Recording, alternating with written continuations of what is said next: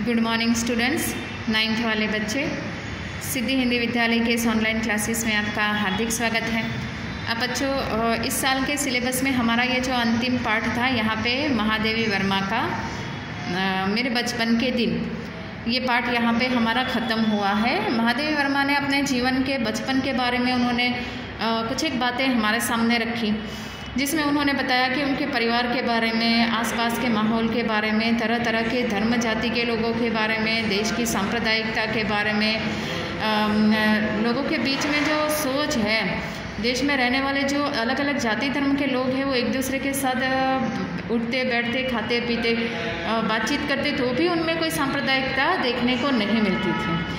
सब एक दूसरे के साथ इस तरह से घुल मिल जाते हैं कि जैसे कि पता ही नहीं पड़ता है कि वो दूसरे राज्य के हैं, दूसरे धर्म के हैं, दूसरी उनकी बोली है, दूसरा उनका उठना बैठना पहनावा है, बिल्कुल पता नहीं चलता। यहाँ पे उन्होंने अपने घर के कुछ एक आध पल के बारे में भी उन्होंने बताया है कि वो जहाँ पे रहते थे, वहाँ पे नवाब, बंगाल के नवाब जो हैं, उनकी आर्थिक स्थिति बिगड़ जाने के कारण वो वहाँ पे रहते थे, तो उनके साथ उनका जो पारिवारिक जो रिश्ते थे वो कैसे थे, किस तरह से दोनों एक दूसरे के त्योहारों में शरीक होते थे। अलग अलग धर्मों के लोगों के बीच में अगर एकता सिद्ध होती है तो किस तरह से, अगर इस तरह से पूरे भारत देश में ऐसा हो तो भारत देश की स्थिति कितनी सुंदर हो जाएगी। ऐसा यहाँ पे महादेवी वर्मा ने अपने पाठ में बताया है। बच्चों, यहाँ पे हमारा पाठ जो है वो ख़त्म हो चुका था।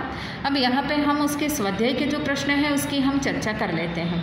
पहला प्रश्न, अभ्यास के जो प्रश्न है, प्रश्न अभ्यास लिखा है, वो प्रश्न हमें करने हैं। रचना अभिव्यक्ति वाले जो प्रश्न है, देख लो ध्यान से, ये प्रश्न हमें नहीं करने हैं। अब यहाँ पे जो पहला प्रश्न है, मैं उत्पन्न हुई तो मेरी बड़ी खातिर हुई और मुझे यह सब नहीं सहना पड़ता जो अन्य लड़कियों को सहना पड़ता है। इस कथन के आलोक में आप यह पता लगाइए कि, पहला प्रश्न, उस समय लड़कियों की दशा कैसी होगी। तो उस समय हम जानते हैं पुराने समय में लड़कियों की दशा अच्छी नहीं थी, उनको पढ़ाया नहीं जाता था, उनको घर का ही काम करवाया जाता था। औरतों के ऊपर किस तरह से यहाँ पे अत्याचार होते थे, उनको किसी भी क्षेत्र में हिस्सा नहीं लेना होता था। उनका जो काम है, औरत मतलब यहाँ पे नारी, स्त्री मतलब यहाँ पे वो एक अलग प्रकार का, मतलब घर की चार दीवारियों में रहना। तो इस तरह से जो सोच थी, वो सोच वहाँ पे थोड़ी सी अलग थी। आज हम देखते हैं 21वीं सदी में आधुनिक नारी को, जो हर एक क्षेत्र में है, पुरुषों के साथ कंधे से कंधा मिला के काम करती है, घर चलाती है ना, बच्चों को संभालती, ये सारा काम आज करती है। लेकिन पुराने समय में औरतों की स्थिति सामाजिक रूप से देखा जाए तो ठीक नहीं थी। दूसरा प्रश्न, लड़कियों के जन्म के संबंध में आज कैसी परिस्थिति है। लड़कियों के जन्म के संबंध में आज, पहले तो अगर किसी के घर में लड़की का जन्म होता था पुराने समय में, तो लोग दुख व्यक्त करते थे। आज के समय में अगर लड़की का जन्म होता है तो लोग खुशियाँ मनाते हैं, क्योंकि अब धीरे धीरे लोगों की सोच बदलने लगी है। लड़कियों को पढ़ाना, उसकी शिक्षा, उसका पालन पोषण, उसका उठना बैठना, खाना पीना, तौर तरीके, सब यहाँ पे थोड़ा बदलने लगा है। उसको स्वतंत्रता मिली है, आज वो हर एक क्षेत्र में काम कर रही है, आज वो किसी से पीछे नहीं है। बहुत सारे ऐसे लड़कियाँ हमने देखी हैं कि जो कल्पना चावला से लेकर बहुत सारे ऐसे दिग्गज लड़कियाँ हैं जो भारत का नाम रोशन कर चुकी है। तो ऐसे यहाँ पे आज की आधुनिक लड़कियाँ जो हैं, वो आधुनिक लड़कियाँ, मतलब आज उनके जन्म के प्रसंग पर खुशियाँ मनाई जाती हैं। दूसरा प्रश्न, लेखिका उर्दू फारसी क्यों नहीं सीख पाई। क्योंकि वो इसके लिए नहीं सीख पाई क्योंकि उसको, जब भी वो लेखिका के पिताजी जो थे वो चाहते थे कि वो उर्दू और फारसी सीखे, लेकिन लेखिका को उर्दू फारसी अच्छा नहीं लगता था।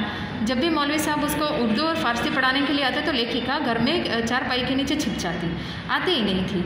उसका स्कूल में दाखिला करवाया तो स्कूल में भी नहीं जाती थी, भाग के आ जाती थी। इस तरह से लेखिका को उर्दू और फारसी सीखना नहीं था, सो आखिर वो सीख नहीं पाई।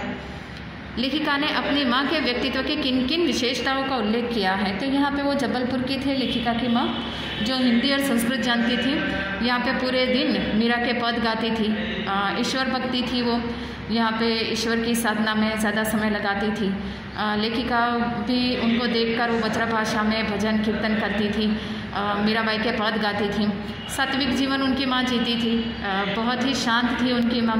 यहाँ पे तो उनके ये व्यक्तित्व की विशेषता है। ज्वार के नवाब के साथ अपने पारिवारिक संबंध को लेखिका ने आज के संदर्भ में स्वप्न ऐसा क्यों कहा है? क्योंकि बिल्कुल सही बात है, आज के संदर्भ में हम देखें ना तो स्वप्न जैसा है, क्योंकि कुछ एक लोगों के विचार जो होते हैं बच्चे संकुचित होते हैं। और उस समय यहाँ पे देखा जाए तो उस समय यहाँ पे लेखिका जो है उनके वो हिंदू धर्म और ज्वार के जो नवाब हैं वो ज्वार के नवाब वो कौन, इस्लाम यानी मुसलमान धर्म। तो इस हिंदू और मुसलमान के बीच में इतनी एकता, तो ये बात यहाँ पे स्पष्ट है, जो आज बहुत कम देखने को मिलती है। होता है आज भी हिंदू मुसलमानों के बीच में अच्छे दोस्त होते हैं, लेकिन बहुत कम देखने को मिलता है। तो इस तरह से बच्चों यहाँ पे हमारे ये 4 प्रश्न हुए। 4 प्रश्न हमें देखने, रचना अभिव्यक्ति वाले प्रश्न नहीं देखना। तो हम यहाँ पे हमारा किताब का जितना भी सिलेबस है काव्य और पाठ का यहाँ पे ख़त्म होता है। आज हम यहाँ पे रुकते हैं। Thank you.